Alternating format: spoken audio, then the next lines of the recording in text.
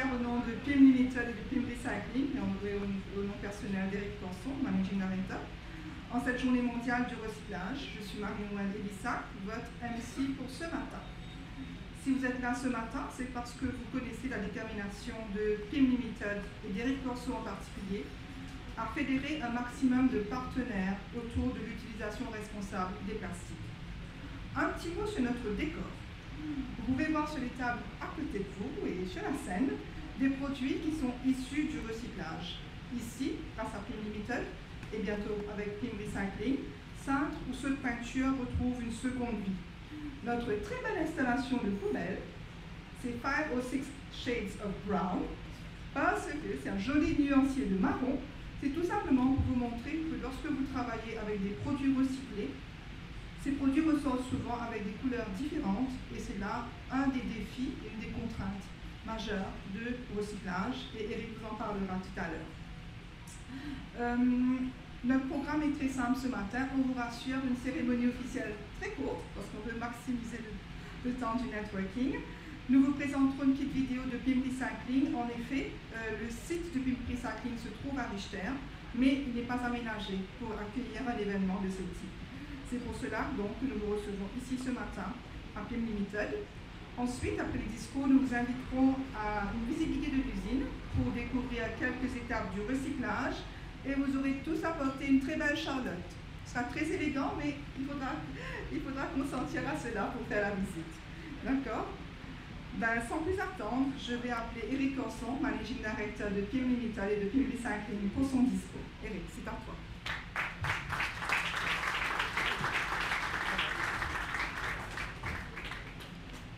C'est pour Marie-Noëlle, c'est pas ça?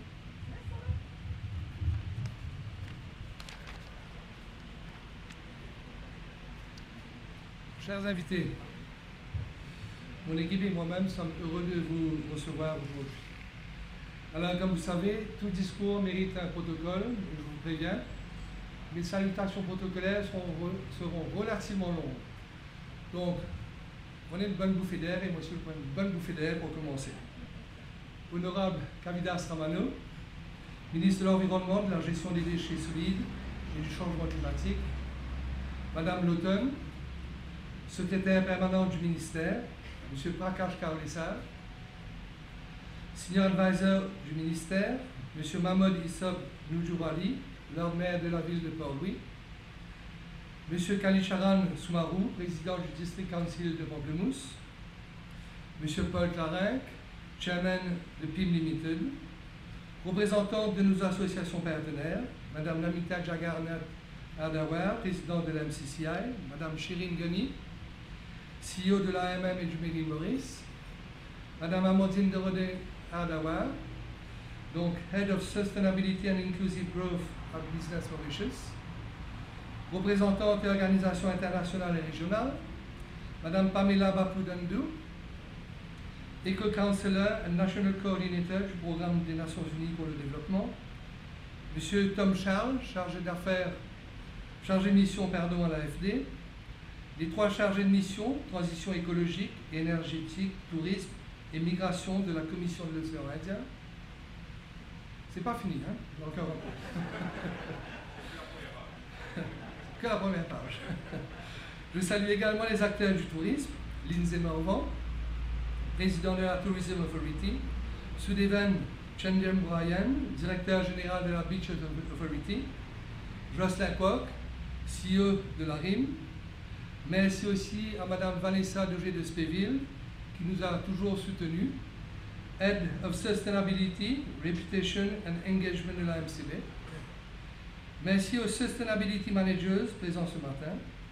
Je salue aussi les opérateurs économiques des enseignes Ascensia, Winners, Intermart et Super U. Merci également aux ONG d'avoir répondu présent, ainsi que certains acteurs du recyclage, à Green Impact, Grégory Koenig, malheureusement qui est absent parce que pour cause de dingue, je crois, oui. BIM Recycling, Thierry Malabar, et Green, Francis Ray. Membres de la presse, mesdames et messieurs, je vous avais donc prévenu, ce serait long. C'est avec beaucoup de plaisir que je m'adresse à vous aujourd'hui à l'occasion de la Journée internationale du recyclage, pour le lancement officiel de PIM Recycling, notre nouvelle unité de recyclage industriel située à Richter. Du fait de la limite d'espace du site, nous vous accueillons ici à PIM Limited pour rappeler aussi l'importance de la production dans le processus de recyclage. Vous découvrez notre cluster d'activités en vidéo ainsi qu'à travers une visite. Ce lancement ne marque pas seulement une nouvelle étape dans l'histoire de notre entreprise, mais il incarne également notre engagement continu pour une utilisation responsable des plastiques. Il est indéniable que la question de la pollution plastique est devenue une préoccupation majeure à l'échelle mondiale. Désormais, nous apportons une solution concrète aux opérateurs des secteurs publics et privés. Avec une capacité installée de broyage de 3000 kg par jour, PIM Recycling a pour ambition d'atteindre les 800 kg par an d'ici les 2 ans à venir.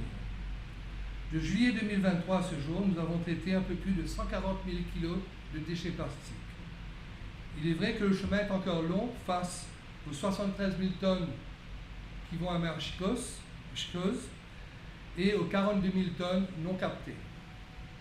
Aussi, face à cette réalité, il est essentiel de structurer le secteur du recyclage et de fédérer tous les acteurs de l'industrie locale et les ONG.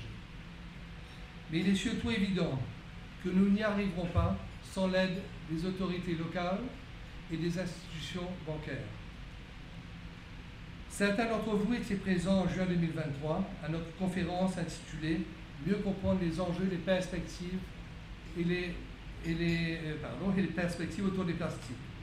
Aujourd'hui, nous poursuivons avec pragmatisme en vous offrant une solution de recyclage. Il est important de comprendre les contraintes du processus de recyclage. Des problématiques telles que la collecte des déchets plastiques, le tri et la décontamination et la valorisation de ces déchets sont des défis majeurs à surmonter. Le recyclage des déchets plastiques requiert des investissements conséquents dans les infrastructures, les équipements ou les moules.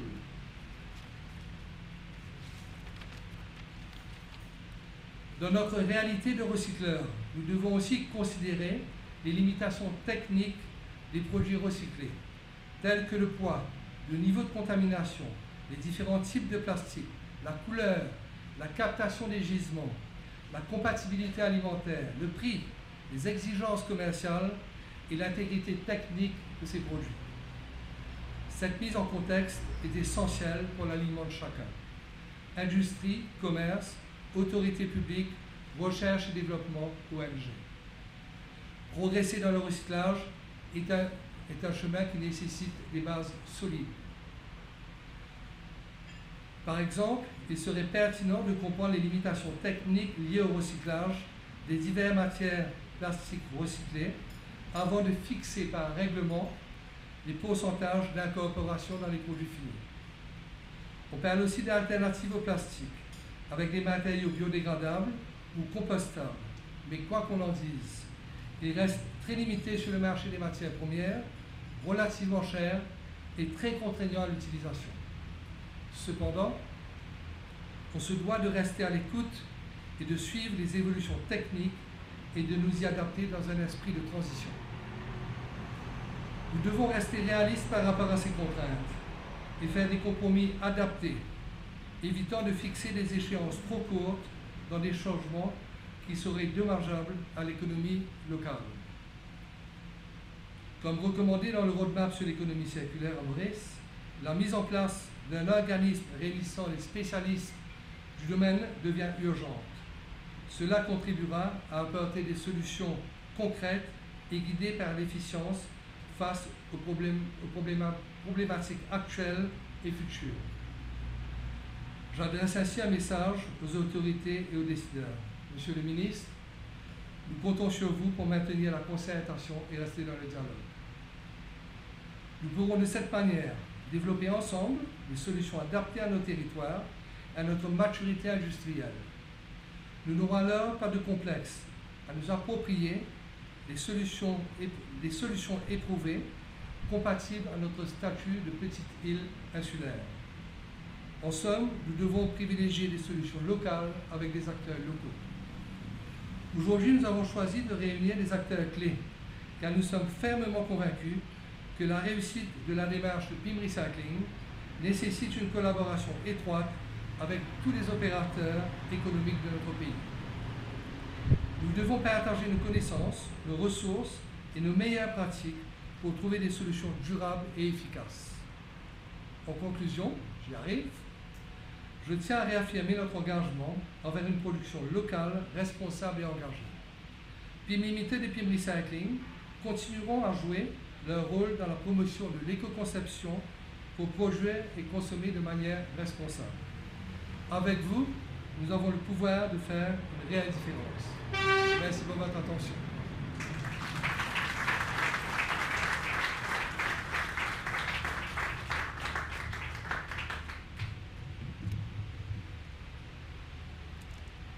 Merci Eric. Maintenant, je vais vous inviter à découvrir donc PIM Recycling.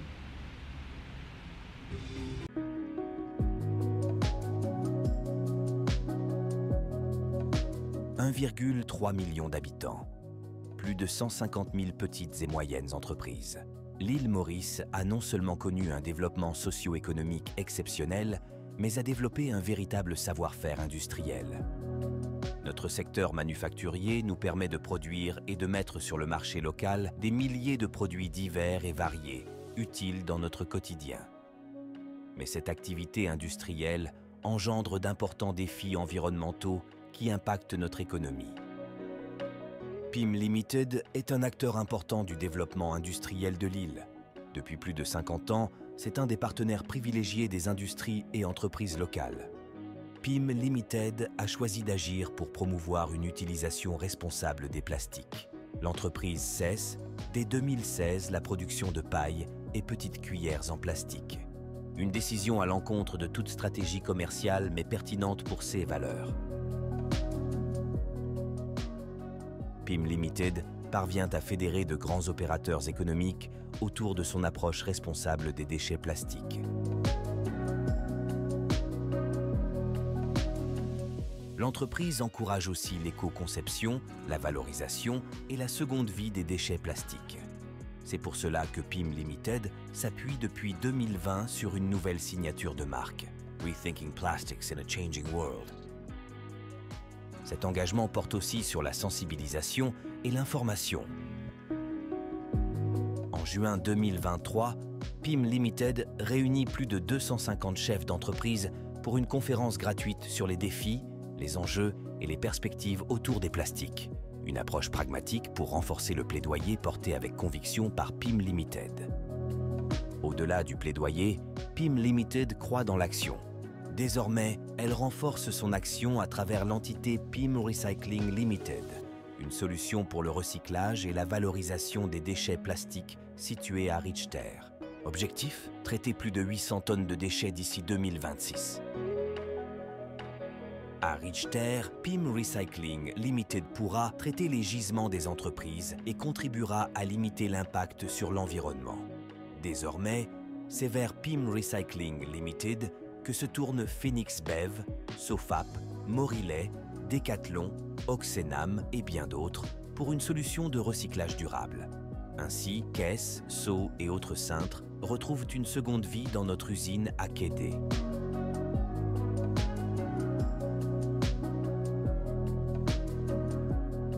Dans ce contexte marqué par des enjeux écologiques et environnementaux, PIM Limited et PIM Recycling Limited représentent une proposition durable aux entreprises.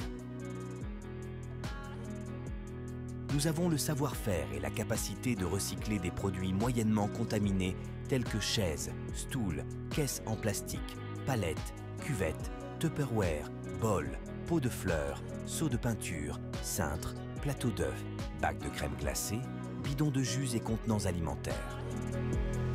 PIM Recycling mène aussi un projet pour la décontamination industrielle et le recyclage de bouteilles en HDPE et PET. Aujourd'hui, avec PIM Recycling Limited, vous aurez accès à de vraies solutions pour le recyclage et la valorisation de vos déchets plastiques. Oui, vous pouvez donner une seconde vie à ces déchets. De plus, nous nous engageons à émettre une attestation de recyclage pour permettre une traçabilité en toute transparence. Nos modes de production, d'opération et de consommation doivent évoluer.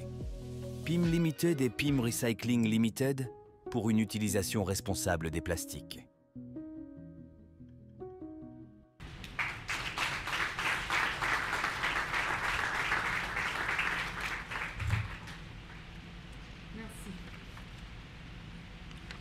Eric l'a dit, il est un partenaire stratégique de la démarche de PIM Recycling. J'invite donc l'honorable Kavita Stramano, ministre de l'Environnement, de la Gestion des déchets solides et du changement climatique, pour son discours officiel. Monsieur le ministre. Bonjour tout le monde. Donc je me joins à Éric Cosson qui a scrupuleusement respecté le protocole. Donc merci pour ça, Éric. Donc, mesdames et messieurs, c'est avec un immense plaisir que je suis présent aujourd'hui à l'occasion du lancement de la nouvelle entité PIM Recycling Limited. Cet événement revêt une signification particulière puisqu'il coïncide avec la journée mondiale du recyclage. Cette journée a été créée en 2018 pour reconnaître et célébrer l'importance du recyclage dans la préservation de nos précieuses ressources primaires et pour la sécurité et aussi l'avenir de notre planète. Nous sommes ici pour célébrer l'action d'un de nos partenaires privilégiés, car le recyclage ne se fera pas sans que le secteur privé joue un rôle en investissant et en mettant en place une infrastructure adéquate. PIM Limited, initialement fabricant de plastique, a pris au fil des années plusieurs initiatives pour transformer son modèle économique initialement linéaire vers un modèle circulaire. Elle a cessé la production de petites cuillères et de paille en plastique pour se tourner vers la production d'objets en plastique recyclé.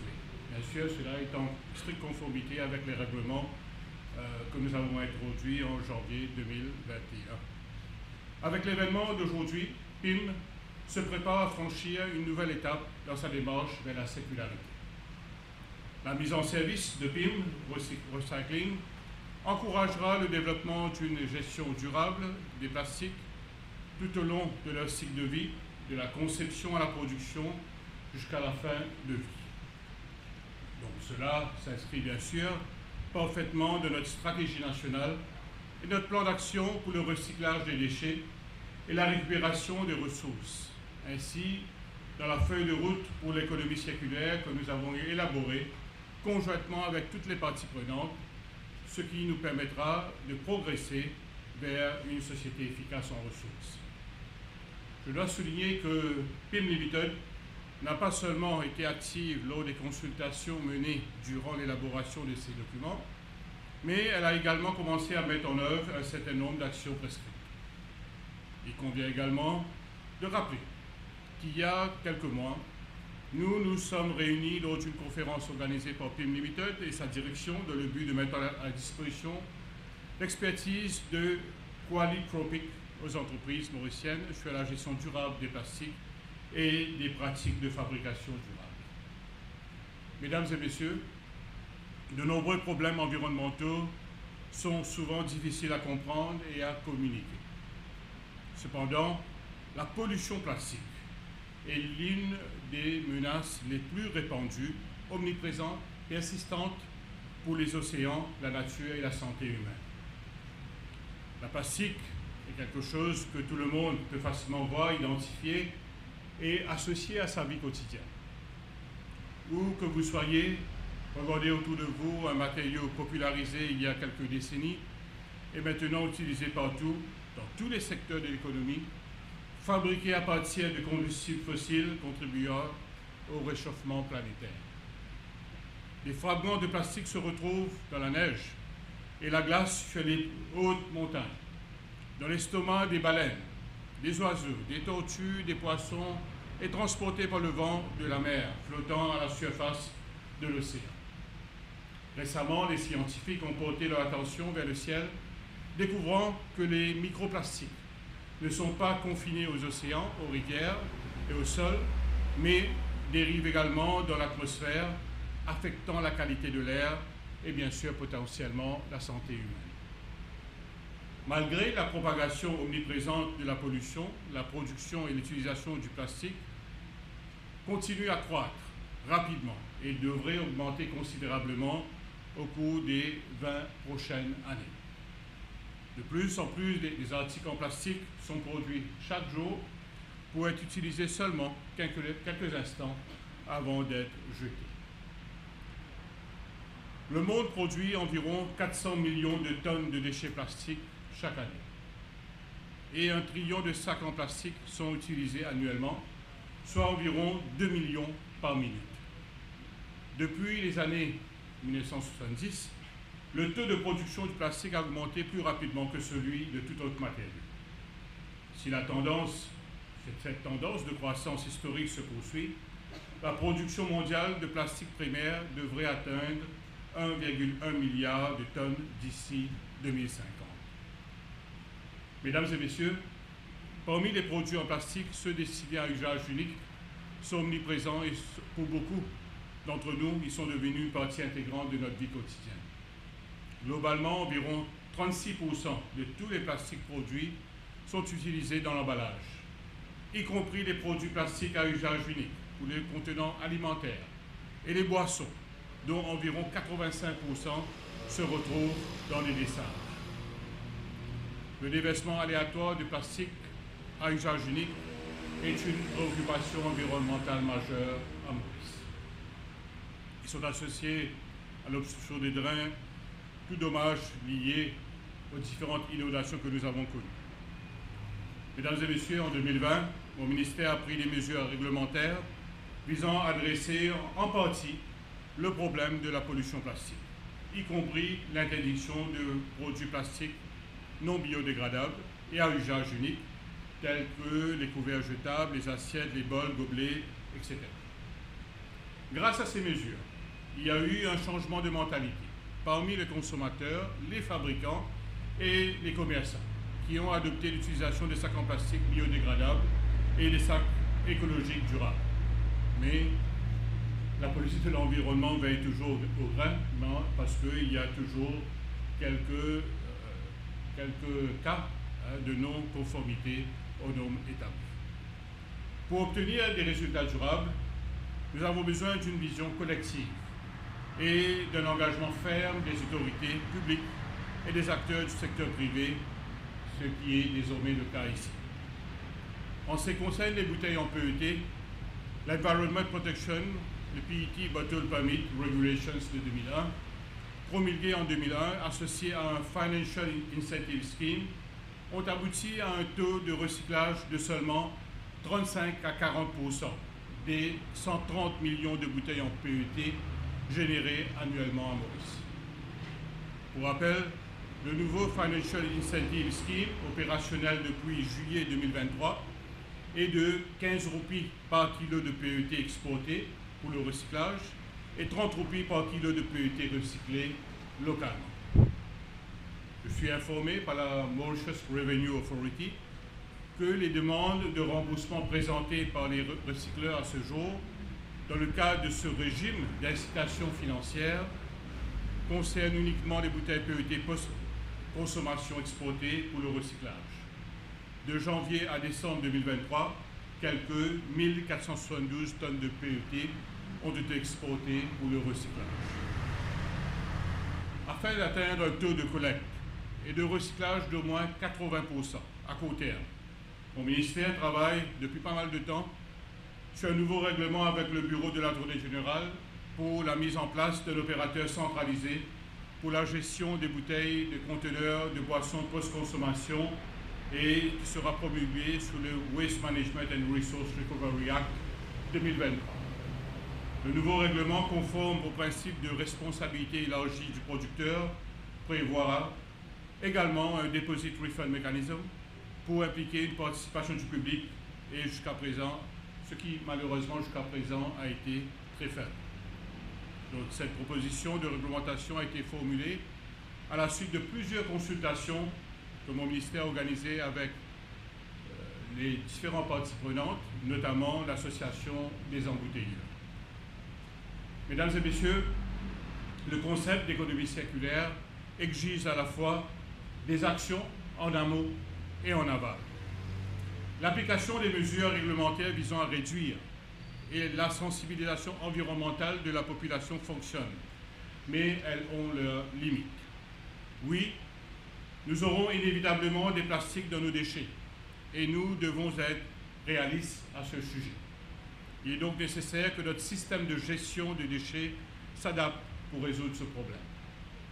La philosophie derrière un système de gestion des déchets réinventé et moderne est à la fois la protection de l'environnement et la conservation des ressources par le biais de la récupération des matériaux. En effet, de nombreux constituants des déchets, pas seulement les plastiques, ont une valeur économique. La demande pour ces matériaux justifie la nécessité de mettre en place un système de gestion des déchets composé à sa base d'une séparation robuste des déchets à la source, suivi de la mise en place de la logistique adéquate pour garantir le transfert des déchets, préalablement séparés vers les installations de tri et de recyclage, d'où ils peuvent retrouver leur chemin vers l'économie. Donc, avec la promulgation du Waste Management and Resource Recovery Act en avril 2023, le socle a été posé pour transformer notre gestion des déchets en une gestion dans laquelle la récupération des matériaux de nos déchets sera très importante. Mon ministère est en train de procéder à l'acquisition de 2 installations régionales de traitement intégré de déchets d'une capacité d'environ 200 000 tonnes par an, sur la base du Build, Own and Operate pour une période de concession de 25 ans. Ces installations prévoient le traitement de la fraction organique de nos déchets en compost et la récupération des matériaux recyclables pour les réinjecter dans l'économie. Il est estimé que ces 2 projets détourneront quelque 35 à 40% de nos déchets de l'enfouissement de marchicose à moyen terme.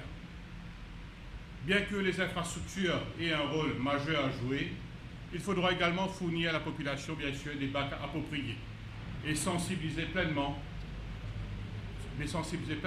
à l'initiative.